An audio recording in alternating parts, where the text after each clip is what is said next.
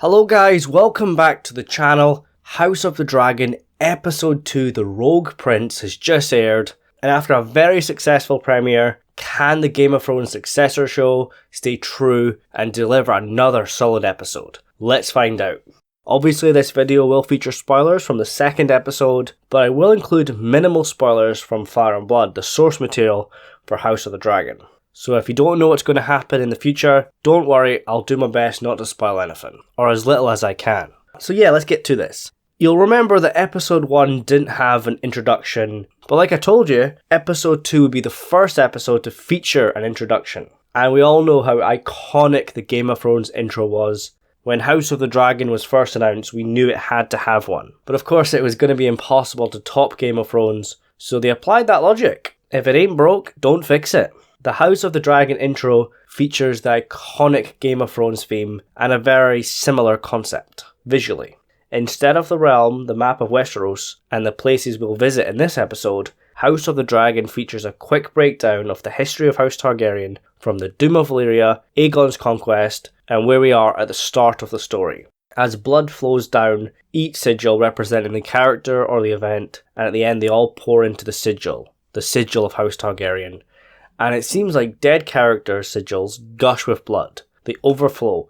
So that's going to get updated as we advance through the story. Because remember, this is a very bloody tale. And remember the words of House Targaryen. Fire and blood. But yes, that's the intro. Let's get on to the episode itself. The Rogue Prince, which refers to Daemon Targaryen. And after being banished from King's Landing by his brother, King Viserys, he has become the literal Rogue Prince. He's taken up refuge in Dragonstone. He was sent by his brother to Runestone in the Vale to be with his wife, who Daemon refers to as his bronze bitch. He doesn't love his wife, not one bit. So Daemon is having none of that. Instead, he has taken his mistress Mysaria, his dragon Caraxes, and an army of his gold cloaks to Dragonstone. And he's also stolen the dragon egg that was meant for Viserys' dead baby son, Prince Balon. So Daemon's held up in the original seat of House Targaryen in Westeros, Dragonstone, the very same island fortress that Daenerys Targaryen landed on in Season 7. Even though Viserys named Rhaenyra as his heir and had the Lords of Westeros swear this oath, Daemon is claiming he is still the rightful heir as the Prince of Dragonstone. So Daemon's playing it cool. He's invited his brother the king to a wedding to his mistress Mysaria, who will soon be known as the Lady Mysaria, as old Valyrian customs state that you can take more than one wife. And he claims that Mysaria is with child, and the egg will soon be placed in that child's cradle, which was custom of House Targaryen, in the hope that that child would bond very quickly with the dragon.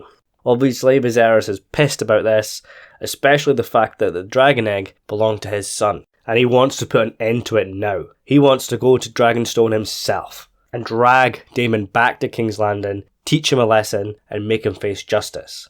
But Sir Otto Hightower, the Hand of the King, knows it's very dangerous for the king to go. So as Hand, he uses his power to take the king's place in this matter. You could see this as Otto's way of caring for his friend the king, but also he has an ulterior motive. He's still working on his Viserys Alicent project, and he doesn't want to jeopardise that. He's trying to set up his daughter as the new wife to the king, with the goal of future grandchildren becoming heirs to the Iron Throne. And Otto knows that Viserys and his line is weak. He got Daemon out of the picture, and he knows the realm will never accept Rhaenyra as the Queen of the Seven Kingdoms, or 6 at this point, because at the moment, Dorne is not officially part of the realm. And also, I want to quickly mention that maggot scene with Viserys. That was actually a bit unnerving. I know maggots are a legit medical practice. Obviously, it's not as crude as it would be in Game of Thrones, but that just freaks me out a bit. I believe this is the very same cut that Viserys suffered at the end of the first episode. The Iron Throne constantly cuts him, as it's made from literal swords. It's not a comfortable seat. But they're going to be able to save his finger, but what about that infection on his back? They're going to cauterize that wound, but the throne is going to keep cutting him. And there's been a theory for a long time now that the Iron Throne cuts the king when the king is weak, or is unjust in his decisions. And with how this show is going, there's a lot more cuts to come. Viserys wants to do his best. I think he is a good man, but we could argue that he is a weak king. If you told me that, I would not say you're wrong. And I think one of the biggest matters in this is the fact he doesn't have a dragon. The Targaryens are known as Dragon Lords, the last Dragon Lords in the world. And it was the dragons that won them power in Westeros. But Viserys, the king, the most powerful Targaryen, has no dragon. His dragon, Balerion the Black Dread, died. He was only a rider for a few short years. And you can see this as weakness, because why would you pick Balerion? Back in his prime, yes, that is the ideal dragon, but as he aged, there are far younger and more efficient dragons to pick from. But perhaps because Viserys is so obsessed with Valyria and the history of House Targaryen, he chose the one dragon that was around back then, in Old Valyria. And it's also the fact his family and lords seem to think they can get away with far too much. Especially Daemon. Like, we know the Hand of the King and the Prince hate each other, and I think that's also a reason why Otto goes. He knows it'll piss Daemon off. He knows that Daemon wants a spectacle out of his brother. He wants his brother to come to Dragonstone. Obviously, Daemon would not hurt his brother the king. As much of their relationship is strained, he still loves him, and he accepts that he's king. But he will slag him off. Such as the end of the episode. Daemon's got no problem talking smack about his brother, but he doesn't want Corlys saying that. And this spectacle in Dragonstone can be seen as him just trying to get Viserys to come, for him, to prove that Daemon means something, that he's important in the family. And there are many in the realm that believe that Daemon is still the rightful heir to the Iron Throne. But Otto Hightower will do everything in his power to keep Daemon as far away from the Iron Throne as he can. And this confrontation had bloodshed on both sides written all over it, but once Caraxes appears and shows his face, makes a little noise, Otto knows they're fucked. But luckily for him, Rhaenyra and Syrax save the day. And she's done this off her own back without her father's permission. That shows us that she can think for herself, and in the end it does work, but that's not going to look good. And when she gets back to King's Landing, Viserys does school her on this. Reminds her that he is the king, she is the heir, and their line is very weak at the moment. But yeah, she manages to calm Daemon down, and he does give the egg back to her. But he never really cared about it, did he? Because he just threw it at her. And it is revealed that Mysaria knew nothing about a wedding, and she is infertile. So this was just one big lie. One big ploy to make a grand spectacle out of the king. And Rhaenyra says to Daemon, I am there, why don't you just kill me now? End it all. But that's just a bluff. Daemon loves his niece. Perhaps maybe too much. Just remember back to episode 1, when Daemon is struggling to have sex with Mysaria. Mysaria mentions that she can bring in another girl, maybe a silver-haired one. And it's mentioned several times that Daemon likes to bring up Targaryen customs, such as taking more than one wife, placing an egg in a baby's cradle. And I think there's one other custom that he would love, uncle and niece relations, which is something that's happened many, many times over the past. So yeah, this is the big action set piece for this episode, if you want to call it that, as no action actually takes place, but this is definitely my favourite sequence in this episode. And I'll take all the dragons I can get, as long as it's done right, which this scene did. I feel that season 7 and 8 used the dragons in pointless scenes, just for the sake of it, to hide the writing. But this show has good writing and solid source material, and the dragons are actually worth it when they're on screen. So yeah, it's the main conflict of the episode, but it does take time for Daemon to appear. An episode named after him, you'd think he would be there most of the time, and appear much sooner, but I think that was the point, was to build up to his confrontation between Otto and Daemon at Dragonstone. But I'm not saying what came before this was boring, nor drags. I didn't spend the first 25 or so minutes, however long it took to get to Dragonstone, for Daemon to show up wishing this episode would just hurry the hell up. But when he did appear, I started to mark out, especially when Caraxes appeared. Otto knew that he was fucked. Dragons change everything, and are one of the elements on this show that I love the most, but the quieter moments in this episode I enjoy as well. And a lot of setup was done for the future, because remember, this episode takes place 6 months after the first one. And the episode itself starts with a conflict that's been brewing in the background since before that. Kraghas Drahar, also known as Kraghas Crabfeeder, Prince Admiral of the Triarchy, who is in allegiance of the free cities of Myr, Lys and Tyrosh. He is causing a load of problems in the Stepstones, and this is a major issue for Corlys Velaryon, who's trying to convince the king to sort it out. It affects his house majorly because that is his shipping routes, but also it'll affect the whole realm eventually. But the king and his hand don't want to get involved too much. They're going to send emissaries to the free cities, try and work out politically, and it's not going to work. I get why the king doesn't want to start a war with the free cities, and on the face of it, it seems like a good idea that the Crabfeeder is dealing with all the pirates in the Stepstones, but eventually it's going to become a problem for everyone. And we're told how ruthless the Crabfeeder is, now we know why.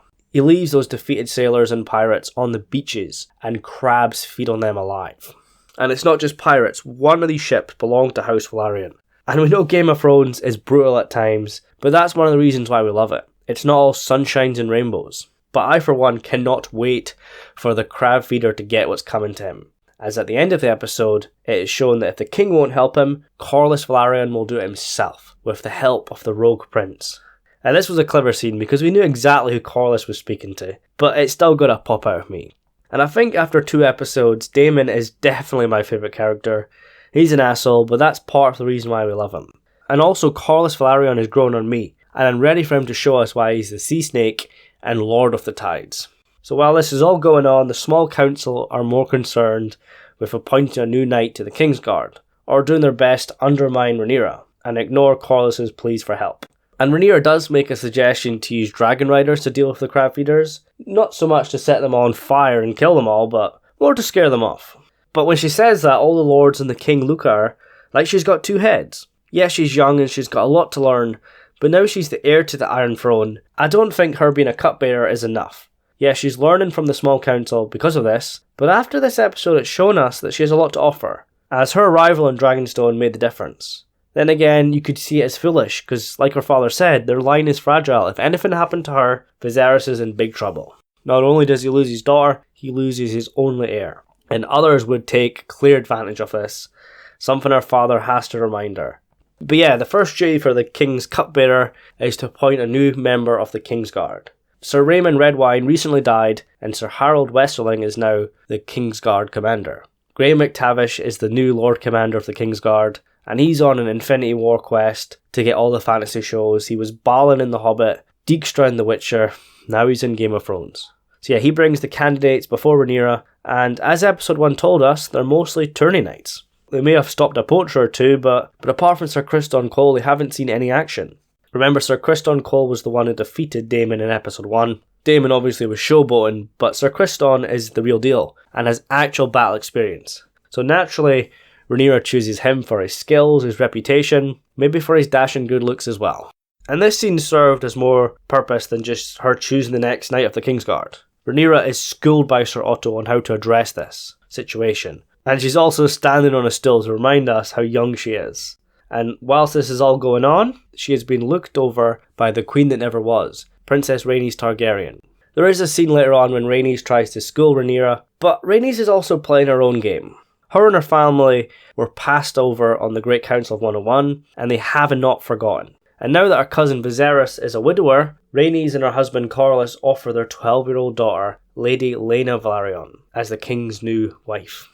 And I know some viewers will be outraged by this, as she's only 12-year-old. But I've got a question for them. What have you been doing for the last 11 years? This is Game of Thrones. This is what happens. But yeah, Viserys ponders over this proposal for most of the episode. He asks advice for many, including his daughter, his small council, and even his new favourite history buddy, Alicent Hightower. And this match makes total sense, just like everybody tells the king, some of whom are more sincere than others. But it does make sense. You would join both ancient Valyrian houses and repair a very strained relationship from the Great Council. But in secret, Sir Otto Hightower has convinced the king to marry his daughter, Alicent. We knew that was coming, but it was still a massive bomb when it was announced, in front of everyone at the small council and Rhaenyra. Corlys was obviously pissed as he feels he's been disrespected and passed over once again, and Rhaenyra is mad at her dad because Alicent is her best friend. She's accepted that he has to move on and remarry as it's his kingly duty, but he could have gave her a heads up and not chose her best friend. And this is just after they started to talk again after 6 months. Rhaenyra gave him the blessing to remarry Laena Velaryon, then this shit happens. There will be consequences. And I want to briefly talk about Laena Velaryon and the king's meeting. It was so awkward, but I suppose it's meant to be, because she's just so young, especially when Viserys asks what her mother and father told her about this potential marriage. But I also want to point out the mention of Vhagar, the largest living dragon in the realm, who has no rider at the moment, and hasn't done for, 20 odd years? Don't quote me on that, but it's been a while. And Vhagar lives on the coast of the Narrow Sea somewhere, and she is far too big for the dragon pit, and good luck to anyone who tries to put a cage around that massive she-dragon. And we are all highly anticipating Vhagar's arrival. The dragons we've seen so far are tiny in comparison to her. And now Balerion the Black Dread has passed, none compare. But of course, this show is not all about dragons. We love them, but it's the quieter moments of the episodes that I found the most charming, such as Viserys and Rhaenyra repairing their relationship. And then you've got the history lessons of Alicent, or Alicent comforting her best friend in her time of grief. even the building up to the confrontation on Dragonstone and the battles that are coming against the Crabfeeder. I never felt like I wanted them to hurry up and get a move on to Dragonstone, to this big confrontation. And that's when Game of Thrones is at its best, when there's a solid combination of epic battles, dragons, history lore, politics, and quieter moments between two characters or a small group. Viserys and Alicent are a bit awkward at times because of the age, but you know they're getting very close. And we all know what Otto is up to. Again, another theme from Game of Thrones is poor fathers, and that continues to show. But I especially enjoyed the Valyrian history lessons. It wasn't too in-depth, but a cheeky tease for what might happen in the future. I would love a 2-hour movie or an epic miniseries all about Valyria in its prime. Let's go. I want to see 1,000 dragons, the greatest navy the world has ever seen. And remember, the Targaryens in Valyria were one of the Dragon Lords, but they were far from the most powerful. But unlike them, the Valyrians had no dragons. They had a seat at the table, but they had to work for it with their ships. When Corlys became the Lord of Driftmark, it was from his own back that he became the richest man in the land. He has the most ships in the entire realm, he is the Lord of the Seas, and again, this is teasing another potential show. Princess Nymeria of the Rhoynar was teased in episode 1, and now the 9 Voyages of the Sea Snake have been teased in this one. But yeah, overall, another solid episode. All the stuff on Dragonstone was brilliant, exciting moments between characters of groups of 2 or more. I'm excited to see the war at the Stepstones, and of course there was a lot of setup for the main conflict of the show. I imagine season 1 ends just before the Dance of the Dragons breaks out, and I can't wait for that, but I'm enjoying the build up to it. And no matter what side you chose in the book, I think the show will further emphasise that there are good and bad people on both sides, and you're going to feel sympathy for characters that you hated in Fire and Blood. But yeah, I'm not going to say this episode is better than the first one. The first one had so much more pressure, it had so much more to prove. This one though had to build upon that whilst advancing the story and keeping us entertained, and I think it done that. Like I said, the episode is named after Daemon Targaryen, and even though he didn't have much screen time, whenever Matt Smith is on screen you sit up and listen. I know not everyone is super keen on all the casting, but for me, everyone has played their part well, and I think my favourite are the 3 main Targaryens, Viserys, Rhaenyra, and Daemon, but the more I see of Corlys, the more he climbs up on my list. And I can't wait for the Sea Snake and the Rogue Prince to teach that Crabfeeder a lesson with Fire and Blood. Sunday night is now once again the night of the week. Can't wait for episode 3. But I think that'll do it for today. It's been a long one, so post your thoughts on episode 2. I try my best to avoid spoilers in my videos. I might talk about trailers and all that, but I am sorry if anything that I said maybe spoiled something in the future or made it too obvious, but it's hard to avoid it. But I will warn you guys, the comments will be full of spoilers, so if you haven't read Fire and Blood, be careful. But I'm hoping this show has given you the incentive to pick Fire and Blood up. But if not, it's fine, and I can't wait for you guys to watch these episodes alongside me. On to the next one. So yeah guys, thank you so much for watching, and I'll see you soon.